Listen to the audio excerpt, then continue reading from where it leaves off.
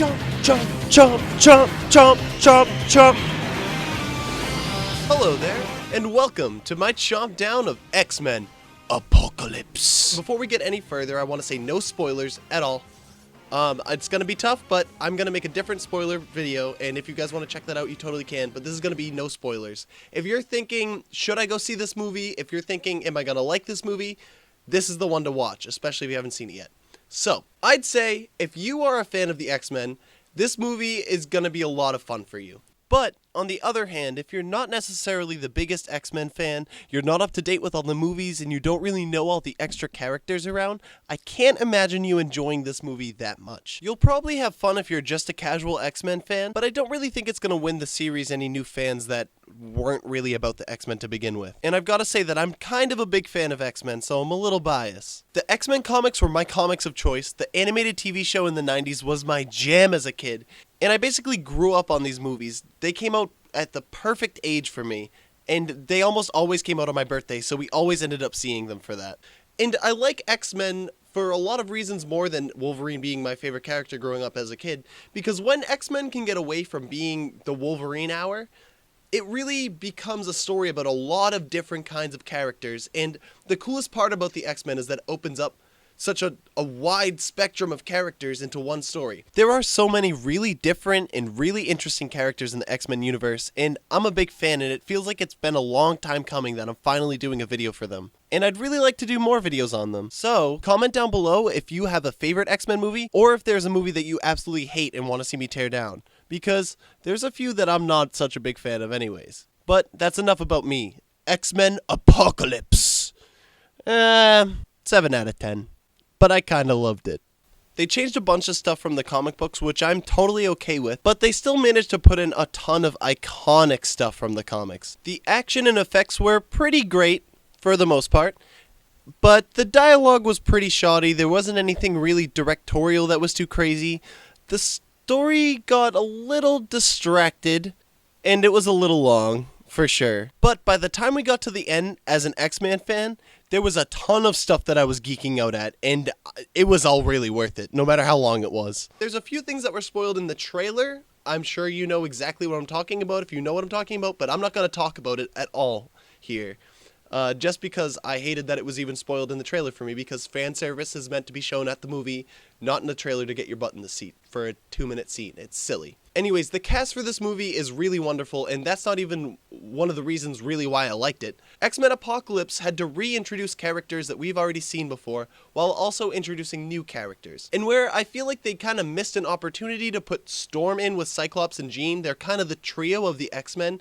They have been since the beginning. We finally get a better look at Cyclops for the first time in this whole series. Cyclops has always just been kind of a grumpy dude who loves Jean Grey, and he hates Wolverine because Wolverine also loves Jean Grey, and that's all he's been in the movies. He's supposed to be the leader, he's supposed to be the guy in charge, and yeah, in the comics he makes a lot of bad decisions. He's not always the best guy, but at least now we're starting to build up a character with him, and we see some really cool stuff from Scott Summers. If I knew the kid's name who played him, I'd give him a lot of props right now, but I don't. Sansa Stark was playing Jean Grey, and Sophie Turner, kudos, because I genuinely didn't think I was going to like her as Jean Grey. I've seen Sansa Stark running around in the Game of Thrones universe for 6 years now, going through absolute hell. And now it's cool to see Sophie Turner take a completely different character who's also going through some really heavy stuff. We see a lot of things from Jean Grey very early in this movie. A lot is thrown at us. But definitely enough about that until the spoiler review.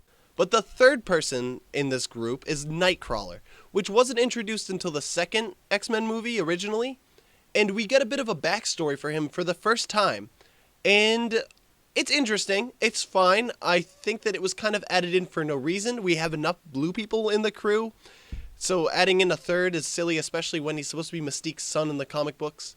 Even though that would be a good reason to have another nod to James Cameron's blue people fetish, the same way that Marvel cuts off people's arms to nod to George Lucas in the Star Wars universe. They just completely forget about that. So, whatever.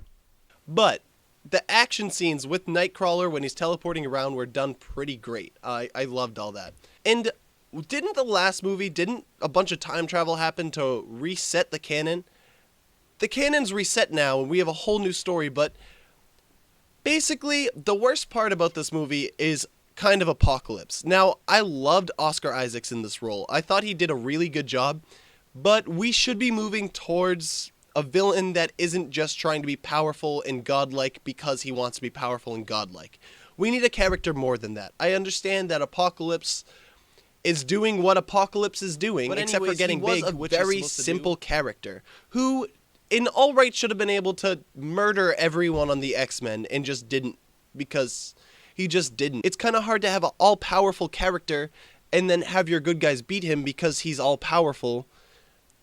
You gotta get around it somehow. And while they got around to fighting him in a pretty cool way, there was a lot of moments where it could have just been like, boom, movie over. But this bad guy also kind of came out of nowhere. You would think that the way that he comes into play in this movie, that he would have been in the trilogy already. It's not like there was any reason for him to not have woken up or to have woken up since the times changed. See, Wolverine went back in time in the last movie and kind of messed everything up. So things should be different now, and the bad guy should have been a bad guy because of, I guess, why time reset itself. There should have been a bad guy that spurred out of that. Because if Apocalypse actually did attack them in the 80s and they didn't go through all that uniting stuff before, I'm sure they went through whatever they went through. But a lot of things are revealed in this movie that were not revealed in the movies before. So it's kind of a mess.